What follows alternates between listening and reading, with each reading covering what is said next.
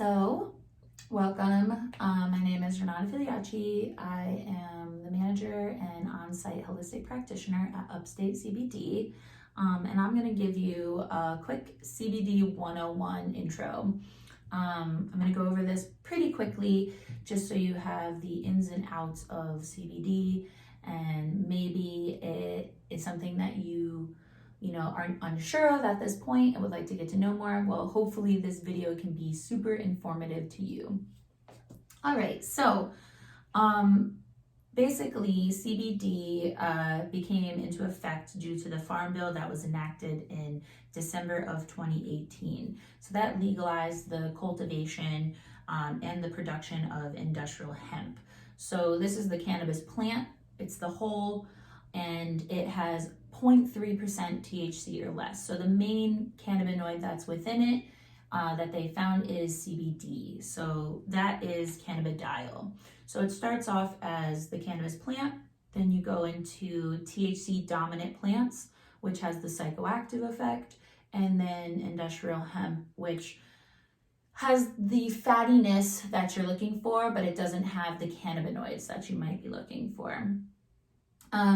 So considering this plant, 0.3% THC. So that leaves us no psychoactive properties, but gives us that benefit from that cannabinoid that we are looking for. So leaving this plant to be more of a medicinal product rather than something recreational. So there are tons of cannabinoids, but the most familiar ones, the most researched ones, so I want to say there's like at least 100 or so, maybe more. But the most researched are CBD, THC delta 9, THC delta 8, THCV, CBN, CBG, CBC, CBDA. But what I'm really going to focus on today is CBD.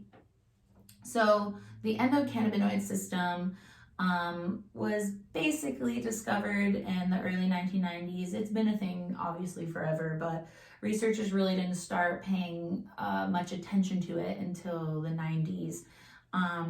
And it is a versatile biological system within all mammals. They're also seeing it within other types of species within the kingdoms. Like there's research that it exists in all vertebrate and invertebrate animals. So that's like pretty big deal, I think. The endocannabinoid system is made up of receptors located all throughout the body. So there's the CB1 receptors and the CB2 receptors. CB1 is found in the brain and the nervous system, while CB2 is found in the immune system. There's also receptors in the skin, liver, tissue, and glands. So cannabinoids interact with these receptors and help promote homeostasis, which is the balance throughout the body of all physiological systems. The body does produce its own cannabinoid, and that is called anandamide, and that gives off happiness, joy, those types of emotions when absorbed into the CB1 and CB2 receptors. So also found in the cannabis sativa plant are phytochemicals. So those are phytonutrients or bioactive compounds that also give off beneficial effects. So there's flavonoids, which aid in excreting waste and toxic products from the body, as well as an antioxidant. There's chlorophyll, which acts as an immune stimulator, eliminates fungus, and detoxifies the body. There is also vitamin E, which is beneficial for skin and anti-aging, great for heart disease, immune function, and anti-inflammatory and eye health. There's low amounts of potassium, calcium, magnesium, copper, manganese, iron, and zinc. So those are all beneficial for the immune system, like potassium, magnesium, and zinc. Great for helping promote a better sleep pattern. Calcium is great for your bones and reducing osteoporosis. And then there's one of the most important constituents alongside of the cannabinoids, which are terpenes. So there are around 200 terpenes found in the cannabis plant. A terpene is a bioactive compound found in the oils of plants, so like the essential oil. The compelling fragrance and flavor of cannabis is determined by the predominant terpene in the strain of hemp flower. The most predominant terpene within cannabis is myrcene, and that gives off an antibiotic, anti-mutagenic, analgesic, anti-inflammatory, and sedative effects.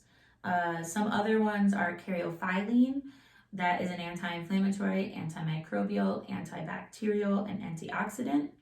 Pinene, which is a bronchodilator, antibiotic, anti-anxiety, and helps with short-term memory and increased alertness. And then humulene, which is an antifungal and antibacterial. So tons of terpenes within this plant. So not only are we getting the cannabinoids, but we're getting all these other bioactive constituents that can really play a role in reducing chronic illness or helping with gaining that homeostasis and that balance that we're looking for. So there are three different types of products here. So you have full spectrum, broad spectrum, and isolate. So full spectrum has all of what we just said, the cannabinoids, the 0.3% THC, those other bioactive compounds, the terpenes, all within it, and that gives off the entourage effect. So that kind of like weightlessness that we might be looking for within our products.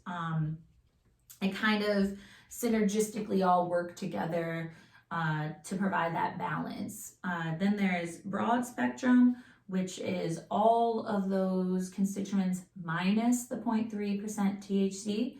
So if you did have potentially a job that hinders you from having the THC component, you can do broad spectrum. But you can still get those beneficial effects that you're looking for, like anti-inflammatory, pain relief with the broad spectrum. Then there is isolate, which is one of the purest forms of cannabidiol compound. That is by extracting the compound from its environment and isolating it from all the other compounds. So that has none of the other constituents. Isolate, I like to think, is really good for anti-anxiety, antidepressant. It is also beneficial for people, once again, that might have a drug test down the way, as well as maybe for your kid that you might want to give a very low dose to, or your animals, because there isn't any THC in it. So with ingestion, so a couple different ways that you can take in CBD. So there is smoke and vapor. So this is a cartridge. It looks kind of like this. You put it on a battery and smoke it whenever you want the quickest effects. So that reaches the blood-brain barrier, which provides quick onset therapeutic relief. You could get an edible. These are gummies. So this goes through the digestive system, in which cannabinoids are absorbed through the intestines and the gut and sent to the liver. It takes about, I want to say, between an hour and 2 hours to feel the effects, depending on the person and your metabolism. You get quicker effects with an empty stomach. Effects usually last between 6 to 8 hours. This is the one you'll really want to pay attention to if you are on prescription meds. They do use the same enzymes to digest prescription meds as it does to digest CBD. So that is the cytochrome P540, and that is a group of liver enzymes responsible for breaking down drugs. So definitely want to talk to your physician or talk to your pharmacist prior to taking CBD. So there is also a tincture. So this is the oil under the tongue. This goes right into the blood vessels in the mouth. So there's something called the sublingual gland that it gets absorbed into and goes right into the bloodstream. So this usually takes anywhere from 5 minutes to an hour to feel the relief, and usually lasts between 4 to 6 hours dependent on the person. The topical, so This is a topical. I wish I can show you a little bit, but I can't open these products.